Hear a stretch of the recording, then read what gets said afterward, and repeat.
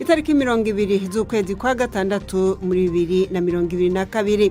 Uyu munsi wa 20 z'ukwezi kwa gatandatu rero ni umunsi wahariwe kwitaho ibibazo by'impunzi ku isi. Uyu munsi ukabugeze ariko ahenshi mu karere k'ibiyaga binini impunzi zivuga yuko zititaweho bikwiye.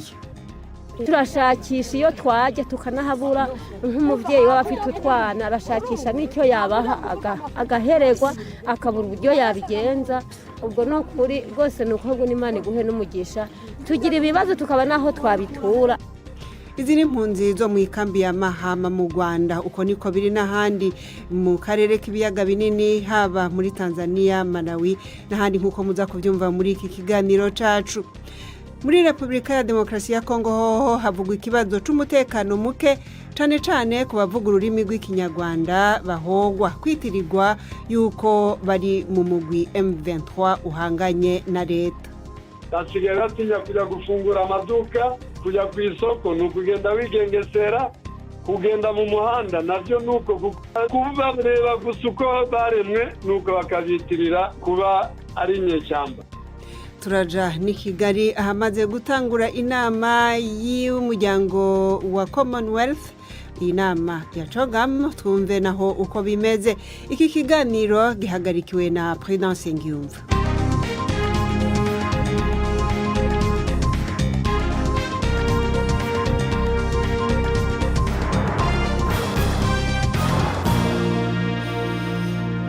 Imbere yo kuja kwidonida ariko mubanze mutega amatwi amakuru yo hirya no hino ku isi avugwa hano kuri BBC n'amakuru mushikirizwa na Jacques Niyitegeka.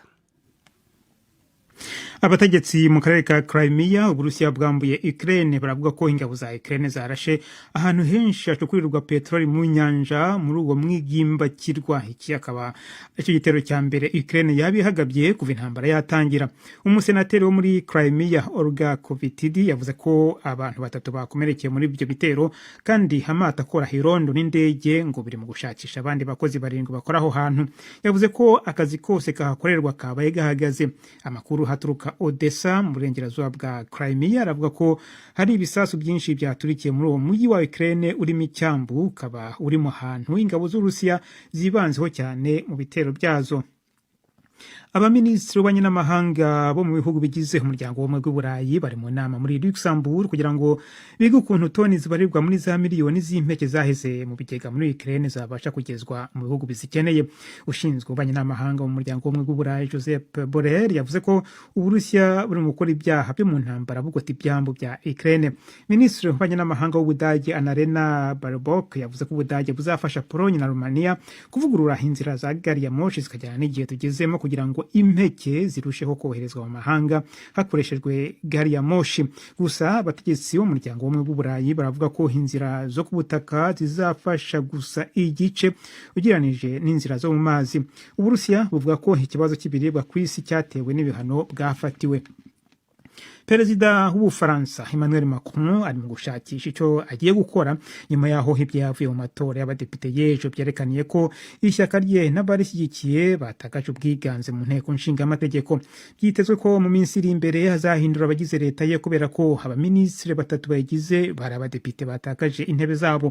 Urunani rw'amashyaka hagendera ku matwara y'abari ku murongo w'ibumoso ukarishye muri politike extreme gauche bayobowe na Jean-Luc Mélenchon naho mu ishyaka rigendera ku matwara akazi y'abari ku murongo w'iburyo muri politike extreme droite bose biyemeje kurwanya amavugurura Perezida Macron yifuza gukora harimo cyane cyane kuzamura imyaka y'ikiruhuko kizabukuru. Ni inkuru ya Hugh Scofield umugezwaho na Prime ndi ku magenge. Ibinyamakuru byose byo mu Bufaransa bihuriza mu kuvuga yuko ibyavuye mu matora ari akamaramaza kuri Macron. Ni kofe yakubiswe mu maso, ico ni liberation. Figaro kiti nugusimba uva mu kirere utabona iyo usimbira. Le Monde kivuga yuko umukuru w'igihugu atawundi afise wo guta ku mwikomo atari wenyene kuri uko gutsindwa kuko yagumye yerekana yuko atankeka zoronka ubwiganza akeneye mu nama nshingamateka bituma adashira habona ivyiyumviro bitomoye vyico yari gukoza iyo ntsinzi. Ubu Ubufaransa bugiye kwinjira mu gihe ca politike kizungazunga kirangwa n'impande zibiri zikomeye zitavuga rumwe n'ubutegetsi, rumwe rwiganziwe na extreme gauche urundi narwo na extreme droite. ivyo Macron yemeye ko ikiringo ca kabiri kizoba icumurindi w'ibikorwa birimwo impinduka mu butunzi muri politike y'ibidukikije n'ibintu vy'ibanze abanyagihugu bakenera gisigaye ari nk'indoto gusa. Abakuru b'ibihugu n'abategetsi bo hejuru bava mu bihugu birindwi bigize umuryango wa Afrika y'Uburasirazuba bahuriye Nairobi muri Kenya kugira ngo bige ukuntu uwo muryango wakohereza ingabo mu burasirazuba bwa Repubulika ya Demokarasi ya Kongo. Igisirikare cya leta ya Kongo gihanganye n'inyeshyamba zo mu mutwe wa M23 uherutse kugaba igitero cyawo gikomeye cyane mu myaka 10 ishize. Leta ya Kongo ishinja u Rwanda gutera inkunga izo nyeshyamba ariko u Rwanda rurabihakana. Umubano hagati y'ibihugu byombi ntumeze neza aho buri ruhande rushinja urundi kurasa ku butaka bwarwo. Kongo ikomeje gushimangira ivuga ko umutwe w'ingabo z'umuryango wa Afrika y'Uburasirazuba utagomba kuba urimo abasirikare b'u Rwanda. Leta y'Ububirigi yasubije umuryango wa Patrice Lumumba iryinyo rye mu muhango wabereye i Bruxelles mu Bubirigi. Iryo ryinyo niryo ryonyine risigaye mu byari bigize umubiri w'uyu mugabo waharaniye ubwigenge bwa Repubulika ya Demokarasi ya Kongo, akaba na minisitiri w'intebe wa mbere wayo, ariko mu nyuma akaza kwicwa maze umurambo we ukajugunywa muri aside n'inyeshyamba zari zibishyigikiwemo n'abacanshuro b'Ababirigi muri 1961. Ububirigi bwahoze bukolonije Kongo bwasabiye imbabazi uruhare bwagize muri ubwo bwicanyi muri 2002. Avugira mu muhango wo gutanga iryo ryinyo, minisitiri w'intebe w'Ububirigi Alexandre de Kuri yavuze ko iki yari igihe gikomeye kandi cyanditse amateka ariko cyatinze cyane. Amaherezo, iri jambo riri kuvugwa n'umuntu wese muri iki gitondo, kandi iyo tuvuze ngo amaherezo bisobanuye ko ari ikintu cyatinze cyane, kuko ntabwo bisanzwe kubona Ababirigi bihererana ibisigarira by'umwe mu baharaniye ubwigenge bwa Kongo igihe kigeze ku myaka 60. Ibisigarira by'uwo muntu waharaniye ubwigenge bwa Kongo byashyizwe ahantu hatazwi, hatigeze hasobanurwa, ariko ubu bigaragaye ko nta cyubahiro biduhesha. Igisirikare muri Burkina Faso kiravuga ko kishe mu bitero bitatu abarwanyi bavuga ko barwana intambara ntagatifu ya jihad batari munsi y'128. Kivuga ko ibitero byacyo byo kubutaka no mu kirere byiyongereye kuva mu kwezi kwa gatanu hagati kugeza hagati mu kwezi kwa gatandatu. Kuva muri 2015 igihugu cya Burkina Faso gihanganye n'ibitero bya hato na hato by'abarwanyi bavuga ko barwana intambara ntagatifu ya jihad. Mu kwezi gushize abarwanyi bagabye igitero ku mujyi wa Seitenga mu majyaruguru y'akarere ka Sahel, maze hapfa abantu barenga 80, naho abandi babarirwa mu bihumbi bata amago yabo. Mu kwezi kwa mbere igisirikare cyahiritse ubutegetsi gishinja leta yariho kunanirwa kubonera umuti ikibazo cy'umutekano muke. Florentine urakoze Jacques Nitegeka kuri ayo makuru ya BBC.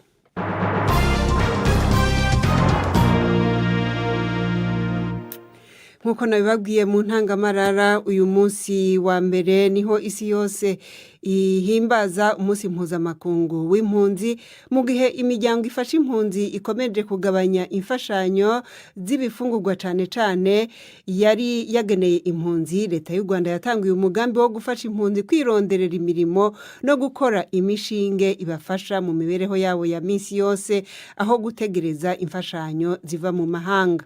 Mu ikambi zitandukanye z'impunzi mu Rwanda, bamwe mu mpunzi bamaze gushikirwa n'uyu mugambi.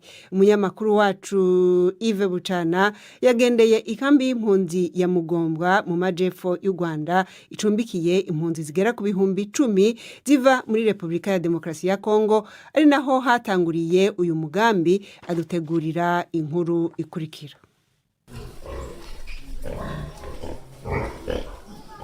Mu nkambi y'impunzi ya Mugombwa hano mu majyepfo y'u Rwanda, ni inkambi y'impunzi z'abanyekongo. Ni inkambi maze imyaka 8. Ndi mu biraro by'ingurube byashyizweho nk'imwe mu mishinga igenewe impunzi zifashwa mu kwihangira imishinga. Ni nyuma yaho HCR igabanyirije imfashanyo yageneraga impunzi. Bwana Ruhumuriza Faustin ni umwe mu mpunzi, amaze imyaka myinshi muri iyi nkambi. avuga ko iyo mishinga iri guhindura ubuzima bwabo. Mu wa mbere n'ubuhinzi, wa kabiri n'ubworozi, hari ubworozi bw'inkoko n'ubw'ingurube, inkoko ni 5,000, ingurube ni 55, ariko zamaze kubyara ubwa mbere. Nababwiye ko bamwe twagiye tuziturira abanyamuryango, nkanjye naragitwaye nkibikije umuturage hano haruguru, ni kigurube ubu ngubu ucagura nk'ibihumbi 80. Hano naberetse ingurube iherutse kubyara ibyana 16, cicana kimwe tukigurisha 25,000 yo kimaze amezi 2. Uri kumva ko nta nyungu iri iyo ngiyo. Ubwo se niki byara tumaze gukwirwa twese, uri kumva cacana kibyaye ibyana 10 kagurisha 25, kumva atari 250. Nyajanye mu nzu sinagura agafuka k'umuceri, nkagura ipantaro y'umwana. Ku ruhande gato hari umushinga w'ubworozi bw'inkoko. Butera Munyamariza akora muri uyu mushinga. Ubu ndakora ndahemba udufaranga mbona tw'umushahara ni 30,000 turanyunganira, kandi n'umwana yakenera igi akarirya. Nari kuba nicaye izuba rinyica, ariko mfite aho nirirwa. Ni imishinga migari ikorwa n'impunzi z'abanyekongo zigera kuri 300 zifatanyije n'abanyarwanda baturiye kano gace bagera ku 1,000. Bose bahuriye mu makoperative y'ubuhinzi n'ubworozi. Abanyarwanda bemeye guhara amasambu yabo bayagabana n'impunzi z'abanyekongo. Gusa Laurence Mukamuvugwa avuga ko byabanje kubagora kubyumva. Je mundire tubona abavandimwe bacu b'impunzi baraza, baje bati rero ese muzemera kugira ngo mugabane mwese musaranganye. Bamwe ntibyatugiyemo, tukumva nyine ari ibintu biremereye, ariko noneho natwe tukongera tukibaza tukavuga tutese ko natwe ubwo buzima twabuciyemo twahunze, ubu ngubu noneho abavandimwe tubanye byaba ari bibi. Nyine bamwe ntibabyumva, ariko twebwe turavuga tuti turabyemeye. Imirima yacu barayisatagura, buri muntu agafata akarima kamwe akandi akagaha bagenzi be. Uretse imishinga y'ubworozi bw'ingurube n'inkoko, zimwe mu mpunzi kandi zifashwa mu buryo bw'ubucuruzi imbere mu nkambi. Kanyange Olive musanze mu iduka rinini ricuruza ibintu bitandukanye, avuga ko ahabwa amafaranga n'ibigo by'imari binyujije muri iyo mishinga yo kwiteza imbere igenewe impunzi. Muri uko gutera imbere kwanjye naguze inzu, ubu mfite inzu ntuyemo hanze y'inkambi mu Bishya. Inzu naguze miliyoni 12, niyo ntanga y'ingwate bakanguza badafite amakenga yuko nabambura. Nubwo bimeze gutya ariko impunzi zivuga ko umubare w'abafashwa kwihangira imirimo ukiri muto cyane ugereranyije n'umubare w'abari mu nkambi.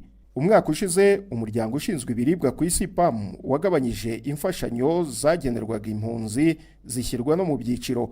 Abafata menshi bahabwa saga 7,000, abandi 3,000 ku kwezi. Hari n'abatagira icyo bahabwa kubera icyiciro bashyizwemo. Yves Bucyana, BBC Gahuza Miryango mu nkambi ya Mugombwa. Tuve muri iyo kambi ya Mugombwa na Yves Bucana, ariko tugume kuri ico kibazo c'impunzi zigerageza kwigwana ko mu gihe imfashanyo z'amahanga zikomeza kugabanuka.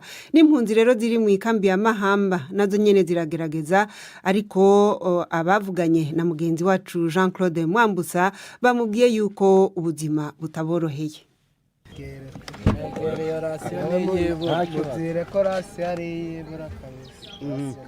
Mu marembo y'inkambi ya Mahama bamwe mu mpunzi biganjemo abakiri bato baranyuranamo, ariko ubona nta cyerekezo bafite. Ni mu masaha ya mbere ya saa sita, ariko bamwe baragaragaza umunaniro. Mbajije hafi ya bose barambwira ko bafite ikibazo cy'inzara hashingiwe ku byiciro bashyizwemo nk'iby'abenegihugu baturanye. Impunzi ibona imfashanyo nyinshi ihabwa amafaranga 7,500 ku kwezi. Abo biganjemo abagore bafite abana, abageze mu zabukuru ndetse n'abarwayi. Hariho icyiciro cya kabiri kibona makeya kuri aya, ndetse n'icya gatatu kivuga ko kitabona na busa. Yaba ubona afatwa nk'aho ari menshi ndetse n'ubona dukeya, bose barahuriza ku kibazo cy'inzara. Amafaranga baduha pe nta kintu atumarira. Kawunga bwa mbere twara tuyigura 8,000, ubigeze ku 17,000. umuceri twahora tugura 14 ugeze ku 30. turashakisha iyo twajya tukanahabura nk'umubyeyi w'abafite utwana arashakisha n'icyo yabaha agaheregwa akabura uburyo yabigenza. Ubwo no kuri rwose nuko ngo n'Imana iguhe n'umugisha tugira ibibazo tukaba naho twabitura ariko ubu ngubu. Ikindi abatuye inkambi ya Mahama binubira no gushyirwa mu byiciro bibatandukanya kandi bose baraje ari impunzi, basaba ko ibi byiciro bivanwaho haboneka na bikeya bakabisangira bose. Nukuri pe numva bibaye byiza, uyu yaronka nanjye nkaronka duke nanjye duke, noneho tugafatana mu nda nimba twabuze twese ryatobotse igarama nimba ayo mazi tukasangira hanyuma tugasenga Imana yonyine nta bindi byangiye. Hashise rero dufashe yuko ahubwo dusubiza twese tukabimpunzi nk'abandi, kudushyira mu byiciro naho dufise turimo, naho dufise dukorera. Hako badushyize mu byiciro tubibona uko byadushyize mu byiciro, badushyira mu byiciro atavyo tuzi. Gushika rero utirukanse usanga n'abana bagupfanye. Inkunga idahagije ihabwa impunzi yatumye batangira gushakisha, abenshi bajya gukorera abaturage nko kubahingira, abandi bikorera imizigo cyangwa se bagakora indi mirimo isaba ingufu nubwo bavuga ko ntazo bafite. Aha twahuriye mu gasantre ka Kagasa kari hirya gatoya y'inkambi ya Mahama. Kunyonga kagari kubera ndagafise nkagenda nkashakisha hanze y'inkambi, nyene ntwaza imizigo abantu nyene nkuko baba bampemba nka nyene ndufate nongeraho ku bya 500. Tugiye gusoma inyanya mutahe naguranye mugenzi wanje arangurana kugira ndabe uko hava nisunonora. Ndataye kwibidimwe ongeze kuri 3. Umuntu arabuko nogira kuko 3 ntacyo bishikana ko pe. Ukwiyungunganya ugakora. Udakoze nuko ushaka kujya kwiba ku inzara. Igabanuka ry'inkunga ihabwa impunzi ngo ryatewe n'ubushobozi buke buri mu ishami ry'umuryango w'abibumbye rizireberera. Hari aho iri shami ndetse na leta y'u Rwanda bagiye batera inkunga imishinga mito mito yo kubafasha kwitunga, irimo niyo bahuriramo n'abenegihugu baturiye inkambi. Inkunga nk'iyi ihabwa abari n'abategarugori cyane cyane abafite abana bitaho bonyine. Jean-Claude Mwambutsa, BBC Gahuza Miryango, Imahama mu burasirazuba bw'u Rwanda. Ikibazo c'ibifungurwa mu mpunzi kiravugwa kandi mu gihugu ca Malawi. Abaserukira impunzi bavuga yuko imiryango igera ku 605 itakironswa imfungurwa n'ishami rya ONUPAM nkuko vyahora kuva mu kwezi kwa kabiri k'uyu mwaka. Navuganye n'userukira impunzi ziri muri ico gihugu Gorete Niyibigira, ndamubaza ico PAM yafatiye ko mu guhitamwo abikuramwo mu bahabwa ivyo bifungurwa. Muri kino gihe impunzi muri Malawi ntabwo zimeze neza muri rusangi, bitewe nuko hari iki kibazo cyuko hari impunzi zakatiwe ku biryo. Dufise imiryango ishika ku 608 itagishobora kuronka ibiryo, bakayita ko ari imiryango yishoboye, ariko ubirebye muri rusangi iyo miryango ni nayo ikenye gusumba abandi bantu bose bari hano muri Malawi.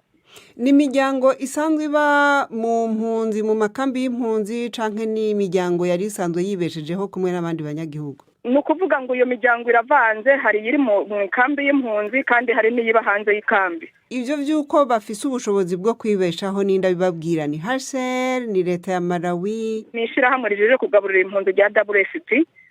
Niryo ribivuga. Hari assessment yakozwe mu mwaka wa 2020. Iyo ni PAM. Ubu ya PAM.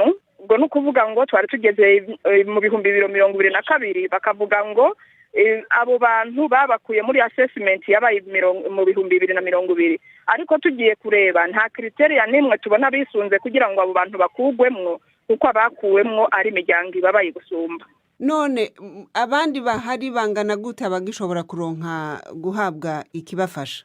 Abagishobora kuronka ikibafasha nukuvuga hano muri Malawi twari dusanzwe turi abantu barenga 52,000. Ubwo nukuvuga ngo usivye iyo miryango mike yabakuyemwo, abandi bo baracaronka ayo mafaranga abafasha gufungura. Mwebwe musanzwe muserukira impunzi, hari ico muzi ico bakiriko kirakogwa kugira ngo abo bantu bashobore kuvuganirwa? Nta kintu na kimwe tuzi kiriko kirakogwa, kuko twaraciye hirya no hino.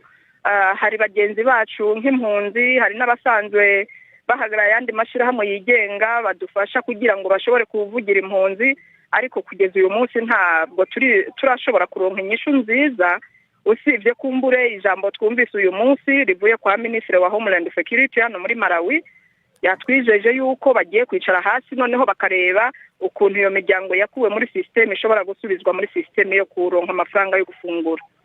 Ni kubaha icizere ariko ntiyababwiye ati bizotangura ryari bizogenda gutya. Oya, ni icizere gusa yaduhaye ariko nta kindi kintu yatubariye ngo bizotangira ryari cyangwa bizogenda gute. Mbega none dusubiye kuri ico kibazo cyo kugabanya imfashanyo, ni zose babakuye ko canke bagiye bagabanya bimwe bimwe bimeze gute? No kuvuga ngo imfashanyo twari dusanzwe turonka hano, hari imfashanyo turonka zitanzwe na UNHCR, hakaba nizo mfashanyo z'ibiryo ziva muri PAM. No kuvuga ngo izindi mfashanyo zose za UN turazihabwa, ariko izo mfashanyo za PAM nizo zahagaritswe kuri iyo miryango. None iyo miryango ibayeho gute? Muraheza mukabafasha gute? Iyo miryango ibayeho nabi kuko ugiye kureba ubuzima bw'impunzi muri rusange babayeho nabi. Kugira rero ngo ushobore kureka kwifasha nawe ufasha na wa muryango nawe wakuwemwo, ntabwo ari ibintu byoroshe kuko ubu byamaze no kwerekana inkurikizi mbi, ubusuma bwabaye bwinshi kuko ntabwo wowe uri umuturanyi ukaba uri kurafungura nanje abana bari barapfa n'inzara, urumva hari ikindi kintu kigomba guca gikurikiraho. Mbega bimaze igihe kingana iki? Ivyo byatangiye guhera mu kwezi kwa kabiri k'uyu mwaka, kugira kane badapokera ibifungurwa. Ego cyane, bavuye mu bihugu bitandukanye, harimo abakongomani, harimo abanyarwanda, harimo n'abarundi. Ni ukuvuga ico bahuriye ko nuko ari impunzi. Ubundi birebye nta criteria nimwe tuvuga ngo niyo bahuriye ko yoba yaratumye babakuramo. Gorete Niyibigira avugira impunzi ziri muri Malawi. BBC gahuza miryango ibashikanye ku isaha imwe muri minota 10 mu Rwanda no mu Burundi.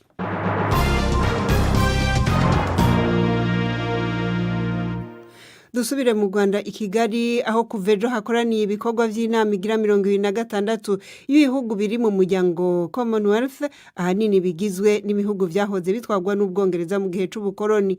Iyi nama yari kwakirwa muri 2020 ikaba yari imaze gusiba inshuro zibiri zose kubera ikiza ca COVID-19. Mugenzi wacu Samba Cuzuzo ari gukurikirana iyi nama, twavuganye mu kanya atangura kumbwira ibimaze gukorwa kuvejo. Kuvejo hatangiye inama y'urubyiruko, uyu munsi kandi hatangiye inama y'abagore. Jewe rero ndi mu bunitabiye inama y'urubyiruko, aho urubyiruko abavuye muri ibyo bihugu bari kuganira ingingo zitandukanye z'ibibazo bireba urubyiruko bwo muri ibyo bihugu. Harimo ibibazo bishingiye ku bukene, ibibazo by'imibereho mibi, ibibazo by'ubushomeri, byo kubura akazi, ibijyanye n'iterambere ry'urubyiruko mu kurwanya ihungabana ry'ibidukikije cyangwa ry'ikirere.